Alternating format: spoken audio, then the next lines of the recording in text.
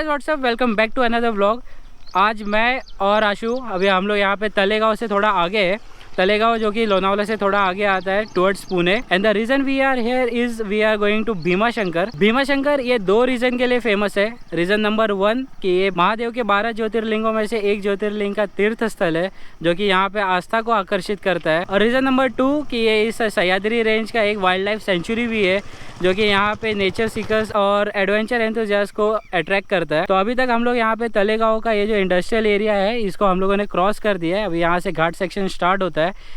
यहाँ से Bhima Shankar around 60 kilometre से ज़्यादा रहेगा। और व्लॉग यहाँ से इसलिए स्टार्ट कर रहा हूँ क्योंकि हम लोग सुबह जल्दी निकले हुए थे और मुंबई से लोनावाला तक का मैंने बहुत बार दिखा दिया, कुछ खास नहीं था दिखाने के लिए और अंधेरे में ऐसे भी क्या दिखाएंगे। तो अभी टाइम वेस्ट नहीं करते, फटाफट यहाँ से अपनी जर्नी को कंटिन्यू करते हैं और पहुँचते भीमा शंकर। सबसे पहले महादेव का आशीर्वाद लेते हैं और उसके बाद भीमा शंकर और यहाँ के बारे में थोड़ी बातें करते हैं। तो चलो, मज़ा आएगा।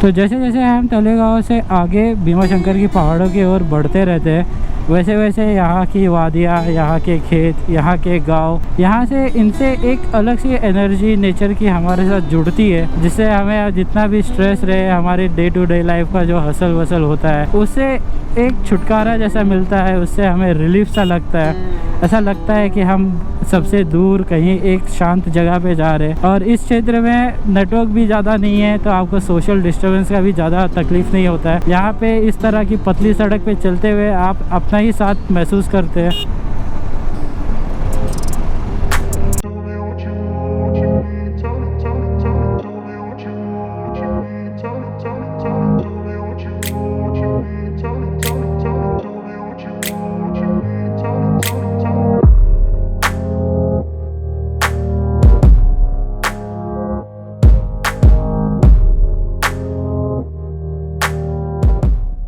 भीमा शंकर के सफ़र में सबसे अच्छी बात यही है, ये जो यहाँ की टूरिस्टीज़ है, इन पहाड़ों के बीच में बसे हुए गांव और इस गांव के लोग, इन लोगों को देखिए स्ट्रेस फ्री एकदम मस्त आराम से जीते हैं और एक अलग सा चार्म लगता है।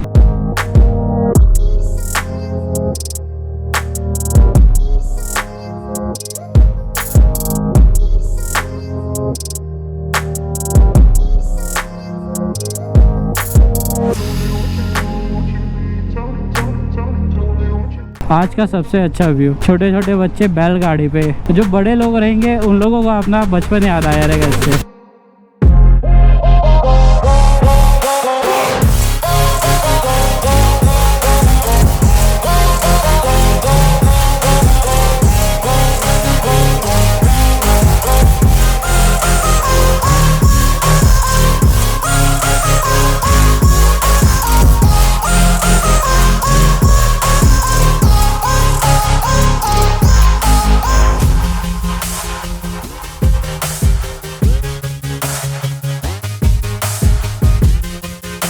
तलेगांव से लेकर के भीमा शंकर ज्योतिर्लिंग का जो रास्ता है वो 5 साल पहले भी देखेंगे तो बहुत ही ज़्यादा ख़राब था, कंप्लीट ऑफ रोड हो जाता था।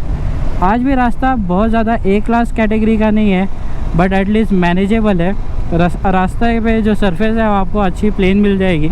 छोटे मोटे ब्रोकन टार्मिक पैचेस तो हर जगह आते रहते हैं। रूरल एरिया से रास्ता जाता है और क्या ही एक्सपेक्ट करेंगे। रास्ता बहुत ज़्यादा वाइड भी नहीं है, गाड़ी आ जाए तो रुकना भी पड़ता है बट मैनेजेबल है। और इसमें कभी त्रास इसलिए नहीं होता है कि ये जो रास्ता है बहुत ही सीनिक है। इस रास्ते में सबसे अच्छा मुझे ये लगता है कि यहाँ पे आपको हर 5-10 किलोमीटर पे घुमा फिरा के वो पॉन्ड्स दिखेंगे, लेक दिखेंगे। अभी पता नहीं इस गोप्रो में उतना समझ में आ रहा है कि नहीं आ रहा है बट वहाँ पे आप लोग पहाड़ के ऊपर वो जो आप लोगों को खंबे दिख रहे हैं वो खंबे यहाँ की विंड मिल है और मस्त वो लोग भी बादल में ऐसे छुपे हुए। वैसे आप लोग बता दो कि जो भीमा शंकर ज्योतिर्लिंग है वो इसी पहाड़ के पीछे है। और ये देखो, ये सबसे ज़्यादा फियरफुल मोमेंट होता है एक बाइकर के लाइफ में। उनका सिंग तो देखो भाई, ऐसे में शांति से निकल जाने का, ज़्यादा गाड़ी को रेस या स्ट्रेस नहीं देने का, क्योंकि अगर वो लोग चौक गए, आपने हॉर्न किया है, बहुत ज़्यादा रेस किया, वो लोग चौक गए तो चांसेस आर लाइक कि वो आपके ऊपर हमला भी कर सकते हैं। और यहाँ पे देखो इस तरह के आपको दिख जाएंगे श्री क्षेत्र भीमा शंकर के बोर्ड, तो वो फॉलो करना। गूगल मैप कभी कभी घुमा देती है। तो यहाँ से बहुत एकदम मस्त क्लियर दिख रहा है, देख विंड मिल। हम लोग विंड मिल से एकदम नज़दीक से जाते हैं, मतलब ये पेड़ जितना है यहाँ पे विंड मिल रहेगा और हम लोग ऐसे जाते हैं। चीज़ क्या होती है कि वो पहाड़ी पे रहता है, ऊँचा रहता है, स्टीप रहता है, तो वहाँ पर हम लोग जा नहीं सकते, नहीं तो वो भी बहुत एक अच्छा एक्सपीरियंस रहता है। यहाँ के ट्रांसपोर्टेशन डिपार्टमेंट के हिसाब से फॉलो किया तो गूगल अपने आप कंफ्यूज हो जाता है, इसके लिए वो साइंस को फॉलो करते रहना।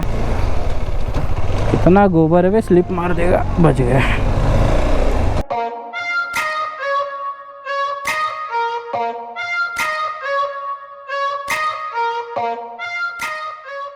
अब यहाँ से भीमा शंकर क्षेत्र का जो घाट सेक्शन है पर्टिकुलर, वो स्टार्ट होता है।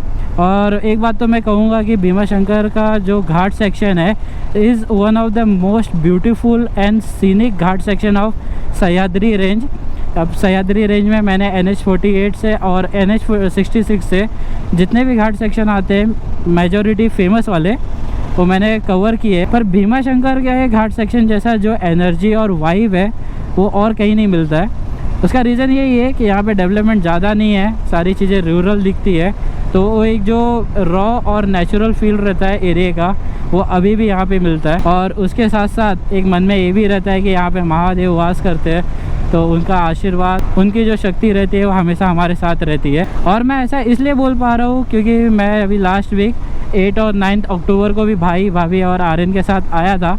हम लोग कार से आए थे, तो मैंने उस समय ये सारी चीज़ें रियलाइज़ की और मैंने डिसाइड किया कि हाँ यार, डेफिनेटली इस एरिया का, इस घाट सेक्शन का व्लॉग बनाना तो बनता है। इसके लिए आज मैं वापस आ रहा हूँ। और उस समय मैं व्लॉग इसलिए नहीं बना पाया क्योंकि उस समय जो मैंने ट्रैवलिंग की थी वो भी हम लोगों ने रात में की थी, और जो दर्शन हुआ था वो भी हमारा सुबह 5:30 बजे हुआ था। तो अब अंधेरे में मैं क्या ही व्लॉग बनाता, और ना ही मैं कोई भी स्टोरी और इस एरिया का जो इमोशन है वो आप लोगों तक एक रॉ फॉर्मेट में एक सही तरीके से डिलीवर कर पाता। इसलिए मैंने व्लॉग नहीं बनाया, क्योंकि मैं नहीं चाहता हूँ कि आप लोगों का टाइम कभी भी ख़राब हो। तभी आप लोगों को समझ में आ रहा रहेगा कि एक व्लॉग बनाने, एक वीडियो बनाने में कितनी ज़्यादा मेहनत लगती है।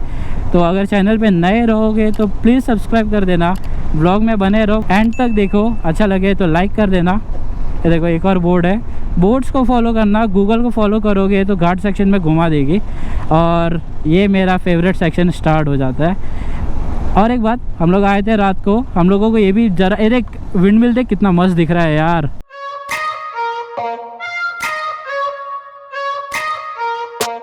रात को हम लोगों ने एक घाट सेक्शन किया, इस पहाड़ पे इतने सारे विंड मिल है, हमको पता ही नहीं चल रहा था। हाँ, बट एक बहुत ही अच्छी चीज़ दिखी थी, रात को आके हमारे गाड़ी पे उल्लू बैठा हुआ था। मतलब हम लोग ऐसा गाड़ी बाजू में लगाए थे तभी।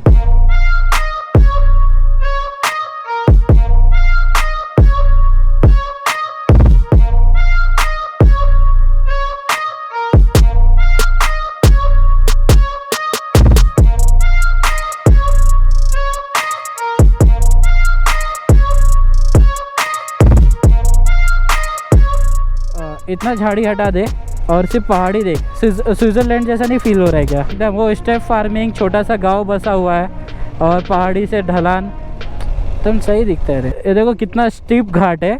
तो ये जो घाट है ये नए लोगों के लिए नहीं है, यहाँ पे ड्राइविंग एक्सपर्टी आपको थोड़ी सी करके आनी पड़ेगी। बाकी एक बार अगर आप लोगों का हाथ आ गया गाड़ी पे तो नो प्रॉब्लम, बिंदास आओ, बस अपनी रिस्पॉन्सिबिलिटी से चलाते रहो, कोई इशू नहीं है।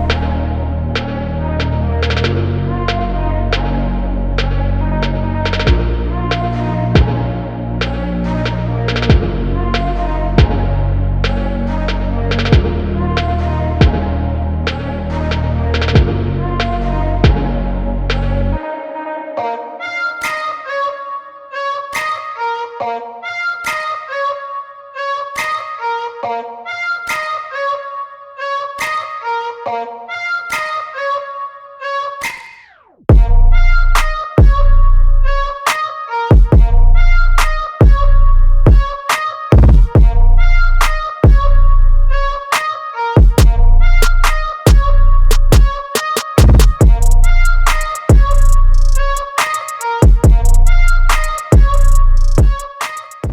झरना देखो, झरने के बाजू में ये जो पेड़ दिख रहे हैं, ये जुरासिक पार्क वाले पेड़ दिख रहे हैं। फोटो खींचने जैसा है क्या यहाँ पे? लगाओ क्या बाजू में?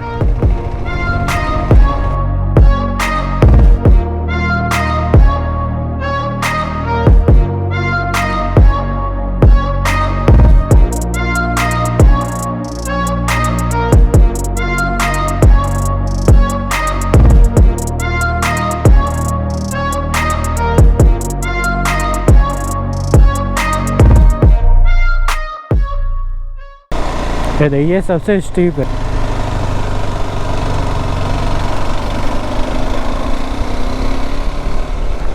KTM पे पता ही नहीं चलता है, इतना स्टीप आता है ज़रा भी, इतना अच्छा बैलेंस है इसका। और सबसे बड़ा इसका बेनिफिट क्या होता है कि इसकी जो गियरिंग है वो टॉल गियरिंग है, तो आप एक गियर में अपने टॉर्क बैंड को अच्छे से यूज़ कर सकते हो। ऐसा नहीं है कि शॉर्ट गियर है, बार बार गियर चेंज करना, आपका जो मोमेंटम आप कैरी कर रहे हो या जो भी आपने पेस बनाया है वो बार बार ब्रेक हो रहा है।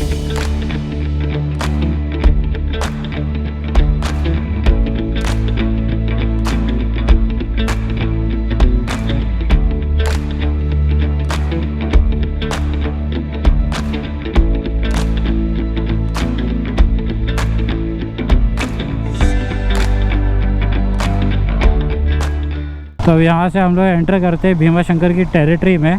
और यहाँ पे देखो बोर्ड भी लगा हुआ है, भीमा शंकर अभयारण्य, मतलब Bhima Shankar wild life sanctuary का।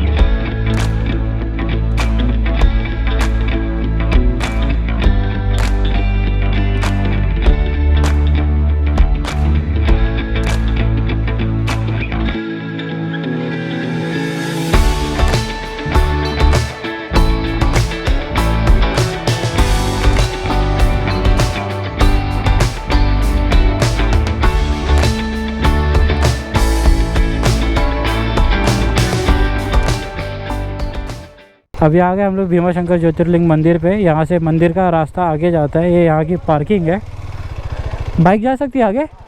अरे बहुत बढ़िया, बहुत बढ़िया, धन्यवाद। ये देखो, ये सही है। हम लोग की किस्मत बहुत अच्छी है कि आज हम लोग आए हैं करवा चौथ के दिन पे।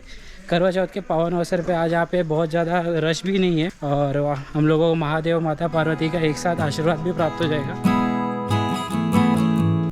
महादेव के प्रत्येक ज्योतिर्लिंग की अपनी ही एक विशेषता है। जिस तरह से महाराष्ट्र के त्र्यंबकेश्वर ज्योतिर्लिंग पे हमें महादेव, भगवान विष्णु और ब्रह्मदेव तीनों ही भगवान का एक साथ आशीर्वाद मिलता है, उसी तरह से भीमा शंकर के इस ज्योतिर्लिंग पे हमें महादेव और माता पार्वती यानी कि गौरी शंकर का एक साथ आशीर्वाद मिलता है। भीमा शंकर ज्योतिर्लिंग का ये मंदिर महाराष्ट्र के सह्याद्री पर्वतमाला में बसे हुए भोरगिरी गाँव में उपस्थित है। इस मंदिर का कंस्ट्रक्शन 13th सेंचुरी में विश्वकर्मा के द्वारा हुआ और आगे चल के 18th सेंचुरी में इस मंदिर का रेनोवेशन नाना फडणवीस ने किया। जिन्हें नहीं पता है कि महादेव के ज्योतिर्लिंग का अर्थ क्या होता है, उनके लिए शिव पुराण के अनुसार जब भगवान विष्णु और ब्रह्मदेव के बीच में ये बहस हुई कि सबसे श्रेष्ठ कौन है, तो वहाँ पे महादेव ज्योतिर्लिंग के रूप में प्रकट हुए और उस ज्योतिर्लिंग का ना कोई छोर था ना कोई अंत था। तो इस प्रकार महादेव सबसे श्रेष्ठ साबित हुए। और यहाँ ज्योतिर्लिंग का अर्थ है द कॉलम ऑफ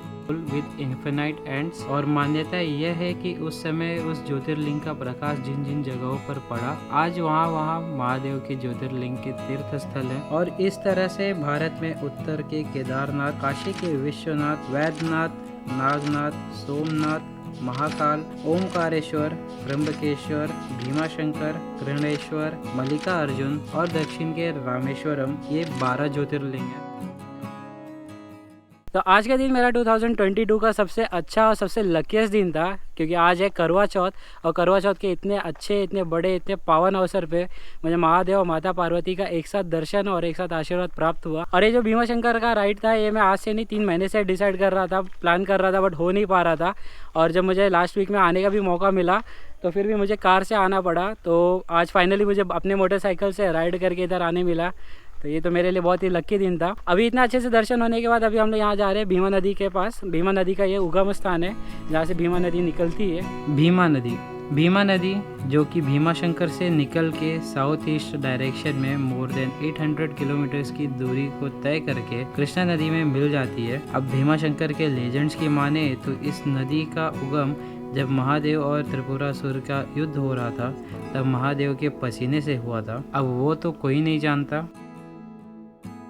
भीमाशंकर यहाँ के ज्योतिर्लिंग के साथ साथ यहाँ पाई जाने वाली फ्लोरा और फ्योना यानी यहाँ की वन्य प्राणी और वन्य वृक्षों में पाए जाने वाली विविधताओं के लिए भी फेमस है। और उनमें सबसे ज़्यादा फेमस है यहाँ महाराष्ट्र की द जाइंट मलाबार स्कल। इस गिलहरी का कलर ब्राउन होता है और ये नॉर्मल गिलहरी से काफ़ी बड़ी होती है। अब मेरी मानो या ना मानो, यहाँ पे खुद आकर के फील कर लेना।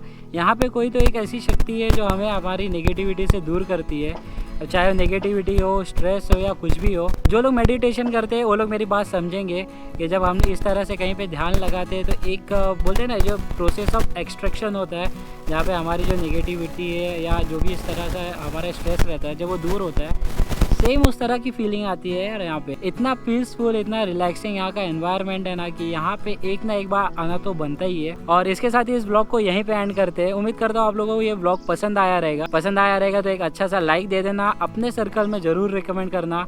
मिलते हैं ऐसे एक और अच्छे ब्लॉग के साथ जल्दी।